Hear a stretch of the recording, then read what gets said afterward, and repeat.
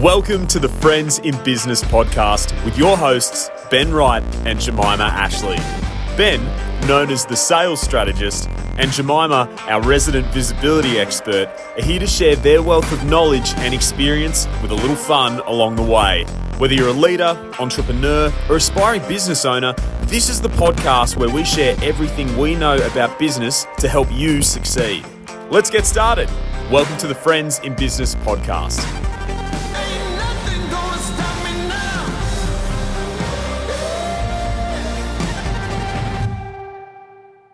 Hey Jemimah, welcome back to Friends in Business. Lovely to see you again. Back in Noosa. I'm so excited to be here again. Yeah, hard place to live. It's not hard. It's not that difficult. I mean, look at that view. Yeah. Like, for those who can't see that and are listening to an audio version, I'm looking at trees. Yeah. In fact, this is such a nice place we could almost run a talk show from here. I would be fine with that. Which you started to tell me a story a minute ago, but I said, stop, let's get into the podcast because everyone wants to hear about it. And yes, it's about a talk show, but today is all about the sum of five. Yeah. It's a concept that many of us will know. I'm not going to introduce it. However, I'm going to throw straight to you. Please do. And we're going to start talking about it. Yeah, I want to talk about the sum of five because this is something that I had heard really early on in my entrepreneurial journey. And can I tell you, this has absolutely changed my business, my life, my bank account, my community. It's changed every aspect of my life pretty easily. So I want to start by telling you a story.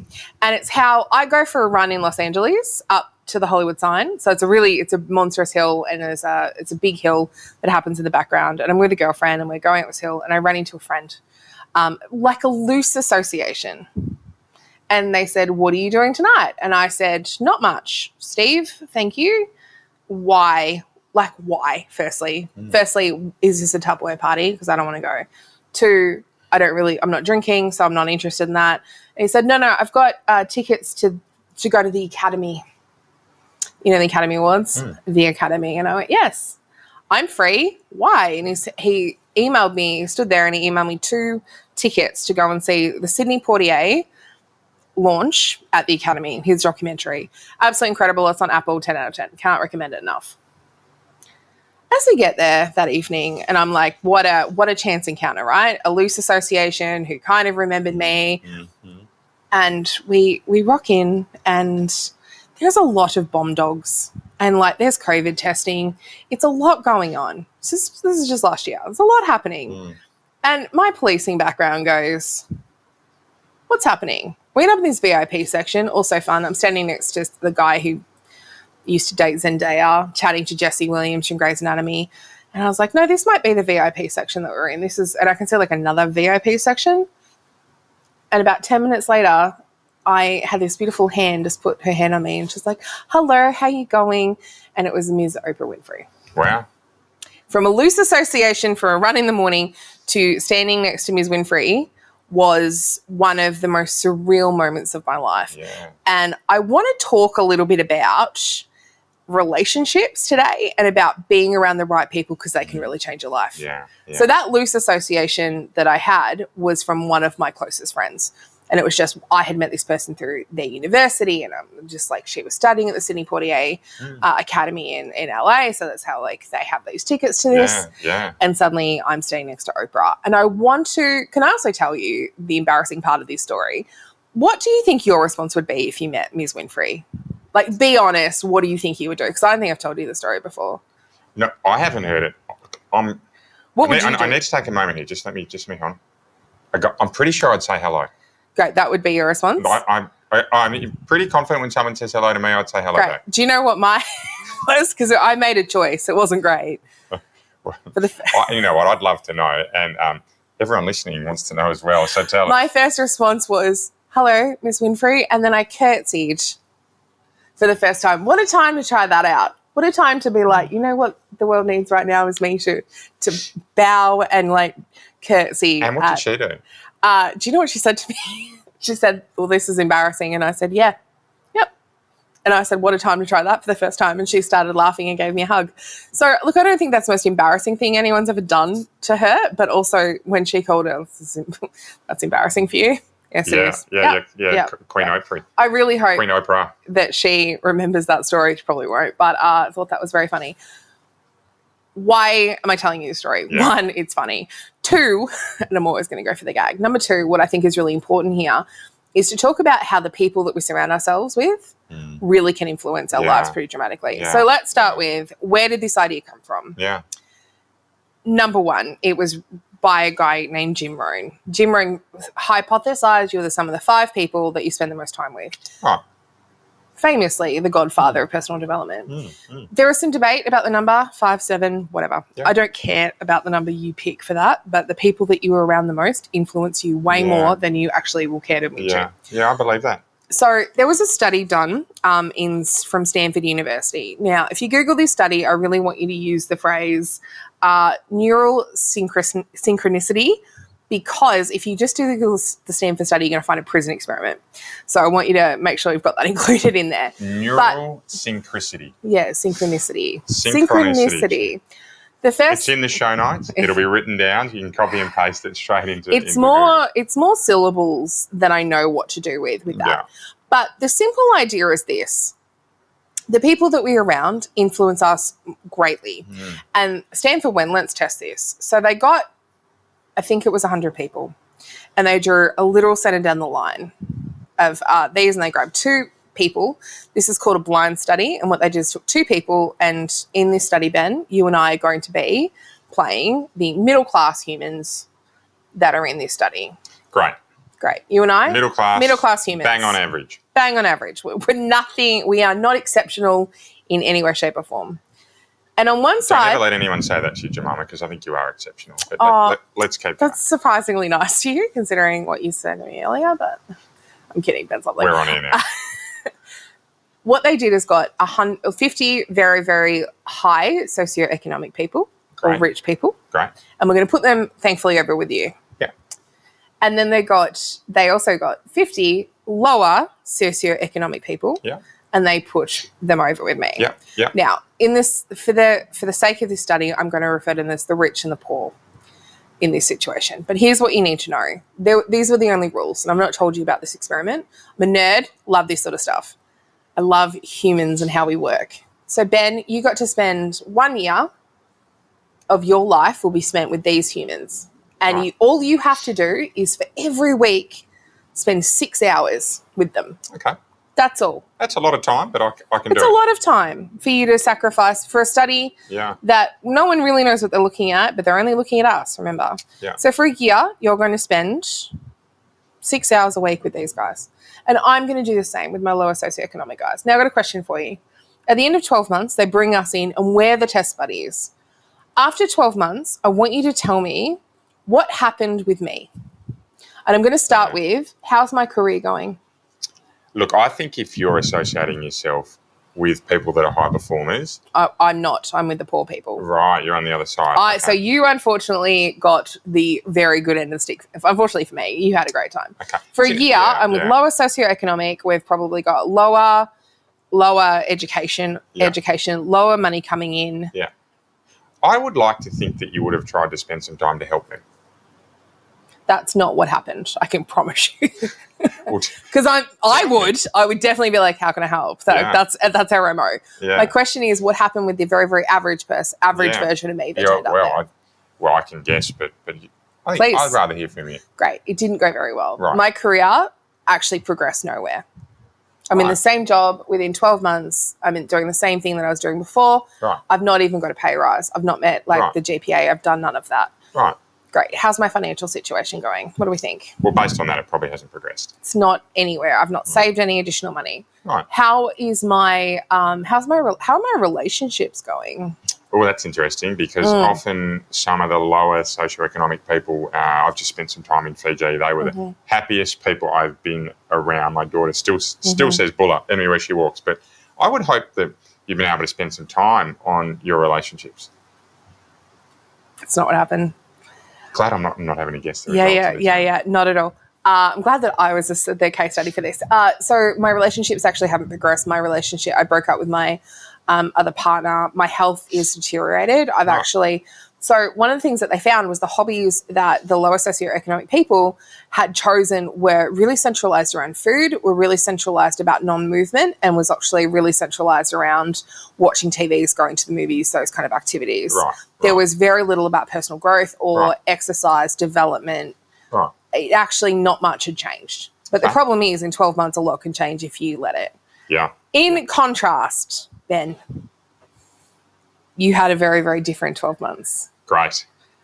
A very different 12 months. Ben not only got into a brand new relationship, he was actually engaged to someone that was also part of the study.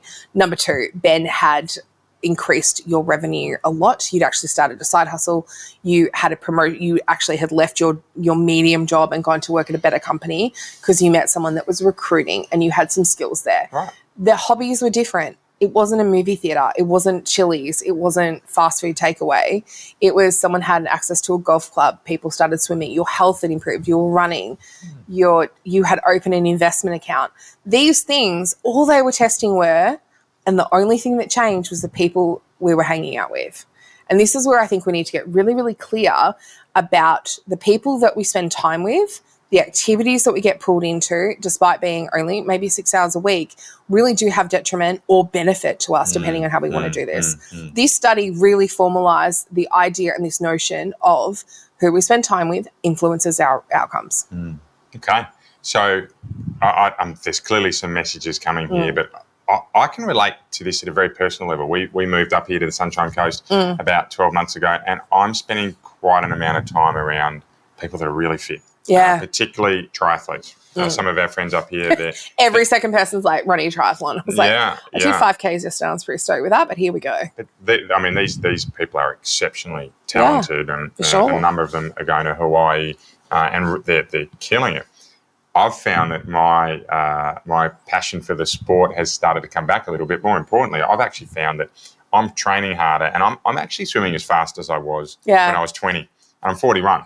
And that's happened because I spend so much time around them that you actually feel that you're being pulled along that journey. 100%. And that's just at a personal level. So I love it. So tell me more. So how can we maximise the results from the Summer 5? Great. So a couple of things we need to do here. Number 1 is we need to do a bit of an audit. Where are we actually spending our time? And I really like this idea that people are either fanning the flames or they're dousing them. Yeah. And it was really simple for me. So I'm going to tell you from my personal experience, when I started a business, what I went from was a 6-figure income, working in government where I worked I worked from 8 till 4. I went home, I could turn most of my brain off, and I would have, nights out with the girls, and we had a birthday party, and we had cocktails on the weekend, and we did this life. And suddenly I have a business. And things are really different. I don't have a weekend anymore. I have a full-time career and incredibly busy life generally. I get invited very early on to a birthday party, and it was like one of the key birthdays, but it was, we're hiring a boat, we're going out for the day, we're going to do cocktails, we're doing this, your input's $400. Now, when you're in a corporate career, $400 is easy money to grab. It's not super easy, but it was there. And suddenly I went, I'm going to lose a day of work. I'm going to have a hangover the next day, and that's my rent. I actually don't think I'm going to that. Right. And suddenly I had to look at my life choices and go, where is my priority? Yeah. And one thing I think that we do a lot of, and I'm certainly not advising anyone here to cut anyone out of your circle. That's not what I'm saying. But we have to start to recognize what's adding and what's subtracting from our life. Yeah. So we don't actually need to cut people out, but instead we pivot and we spend more time with the people that add to our life. Like I love that I'm as fit as I was 20 years ago, and I want to continue to spend more time around these type of I get to come up to Noosa, and one thing that you that we've been doing a lot is getting out of bed very early and going for runs and and exercising and doing that. It's like, it's great. Yeah. Thank you. It's like there is this influence that happens both ways. Yeah. And it's not, it just is because the lives that we have, you get influenced by the people you're around. And we are now currently doing a podcast together and spending a lot of time together. So these influences happen all the time with it. And we either can be very, very cognizant of it, or we can be oblivious to it, and both of which have real penalty for it. Yeah. So the first thing is looking at the real life. And this is as simple as go and have a look at your phone. who's calling you a lot, who's blowing your phone up. Is that a good relationship? Is that a good person? Is Claire always, she's back from a few episodes ago. Claire's back and she's really needy. As soon as you start focusing on someone else's problems, and I'm not saying don't help, I'm not saying that, but if they're always in that cycle of victimhood and it's always doing this, there's real outcome to you being pulled into that.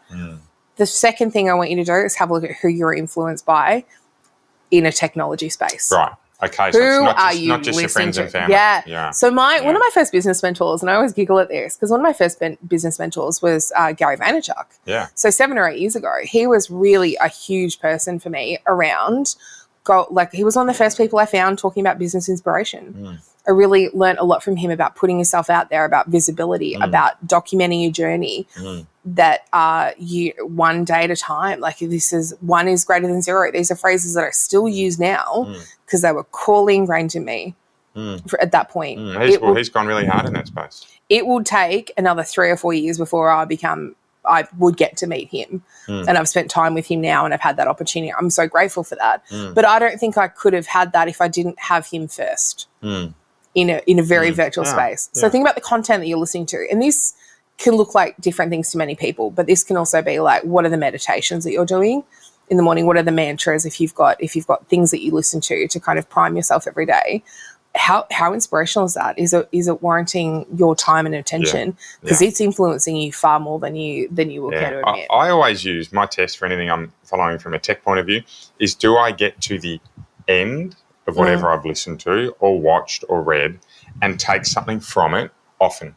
Yeah. Because if I am and I'm writing something down that can then go and benefit my life, great, that's stuff I want to continue with. If I'm not, or my mood has suffered post, I'm out straight away because I just don't have time for that. But I like that. So we've done an audit of our friends. We've had an audit also. We've completed an audit on our time around tech.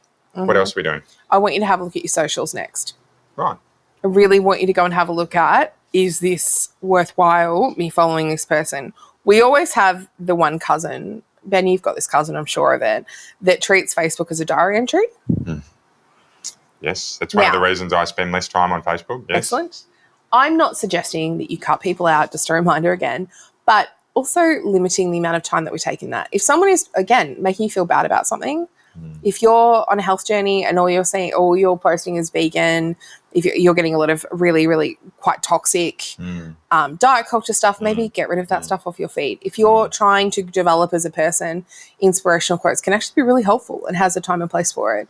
Yeah. Business strategy stuff, if you're wanting to do that more, focusing more on leaning into those things. One of the things about social media, it does make a really good vortex and it does make a really good, it can be a really good chamber of like a sound echo chamber of what you're interested in. So I think that's really important that we look at that. Okay. So we've got number one, do an audit. Number two is have a look at where you're spending time on tech. So that is more than social media. They are podcasts. Podcasts. This is digital. This is what courses you're buying. Yeah. This is who are you? Many of my clients I've never met in person. Yeah. Have you got clients you've never met in person? Yes. You're technically a digital influencer in that phrase for them. Brand new title for you. Great. First one, first looking time. at your echo chamber, looking at like what's being posted on socials and is that really helping you? Yeah, cool. The fourth and final thing that I'll say here for this one is that and you sort of hit on it a little bit earlier, I start to really do the audit of this Sum of 5 People thing to really have a look at what else is being influencing on top of me. Right. So you're right, with the books that we're reading, the content that we're doing, the Netflix journeys. You ever fallen into that? Yeah. We've all done that. The Netflix shows that are so bad that they're good and you just get sucked into an hour a day on Netflix. Yeah, but this is not judgment zone. Like, we're not the judgy friends here. We're just going to give you the life advice. I was just judging myself, actually. Oh, I'm judging you pretty fiercely, to be honest with you. Ben made me watch 9 episodes of Criminal Minds last night. That's just too much. I couldn't even tell you the topic of Criminal Minds, let alone put you through 9. But that was me on the fly. I watched 9 episodes the other night. Anyway, I digress. That was self-judgment. What I will say is that I now have a rating scale that I use, and I'm going to share that today. So I have, it has to be a 5 or above. So here's the thing. I'm never going to judge anyone for doing the Netflix binge. what happens though, and let's talk about our brains for a second. Dopamine, so addictive. And so she's so good, right? So we sit down to watch, we're going to watch Criminal Minds. So we sit down, we watch the first episode, and you're like, that was great. And I was like, wasn't that great? And I say, was it productive out of 10? And you'll go, absolutely not. It was 0. And I was like, but did it feel good? Was it beneficial to our rest, to our soul, to our body, to like just having some downtime? And he was like, yeah, it was. And I was like, was it above a 5? And he was like, yeah, I feel like I'm a 7 from that episode. Then we'll do the next one. And you'll be like, it was good. Again, no productive, 0 for productive. But, I'm feeling like a 6. Okay, great. We'll do the third episode. I can guarantee you, you're going to be seeing about a 4 or a 3 at that point. What starts as really good and like we're getting 10 out of 10 enjoyment from, often very quickly becomes a 3 or a 4. Yeah, it's the first time we go to a restaurant. Fantastic. The second time's never quite as good. No, never quite as good. Yeah. We're never going to get that rush. And so what I think we have to do when it comes to the influence, and not just looking at the sum of 5 people, but looking at those other influences that sit on top of us on this, I think really beneficial for us to go, is this adding to our lives? Is it fanning the flames or is it dousing it? Right. So let's start back at the beginning. I want you to understand the Stanford study. I want you to understand that this is a very real phenomenon.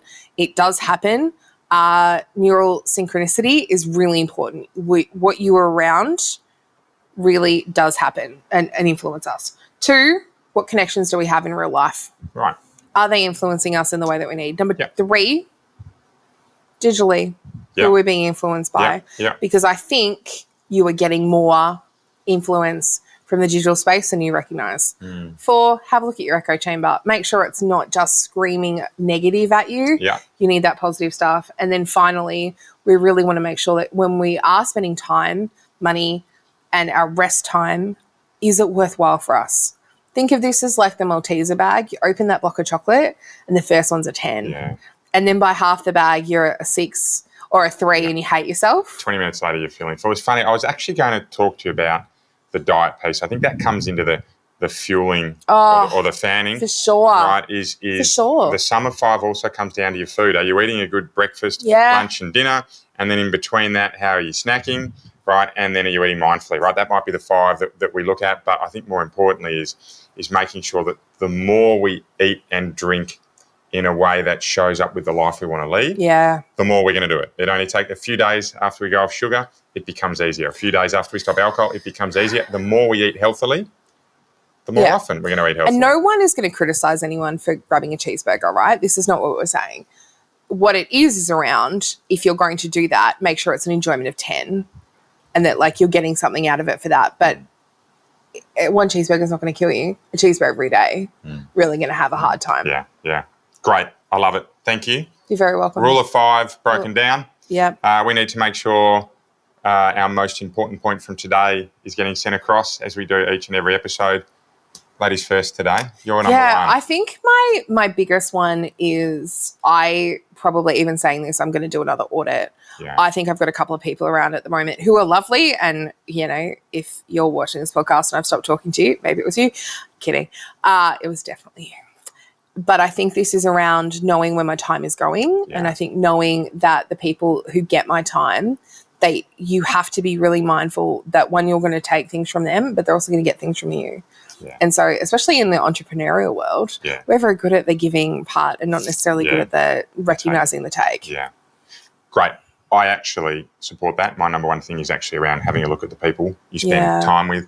Spend time with those people that are adding to your life rather than subtracting. And the ones that are subtracting, again, I agree, don't necessarily get rid of them, but we manage that time, we monitor it, and we keep it compartmentalised. Excellent. Great topic today, sum of 5. Incredible. Well done. Thank you. For everyone listening. We'd love for you to share, comment, like, and can you give us a review, please? One of the things we're really trying to do here with this podcast is grow this. We're really passionate about what we're doing here, and I'm really excited about what we're going to be bringing to you guys in the coming year. Yeah. So what we would love for you to do, we're not going to really ask for anything today, but I would love for you guys to share, comment, like, tag someone that might like this podcast. Yeah. The reason we ask for reviews is that the more people learn about this, if you can help others learn about it, then it's going to benefit their life. Absolutely. That's the rule of 5. We're looking for more friends. Absolutely. Well, you can make friends in business. We're yours, and please reach out to us if you need some help. tried, and you know I've been tested. Thank you for listening to the Friends in Business podcast. This episode was brought to you by your hosts, Ben Wright and Jemimah Ashley, recorded in beautiful Noosa, Queensland. For more insights and resources, visit Ben at strongersalesteams.com and Jemimah at jemimahashley.com. If today's podcast has helped you, we'd be so grateful if you could leave a review and share with someone you know. This will help more people in the world benefit from the hard work we're putting in to bring you the best content we possibly can.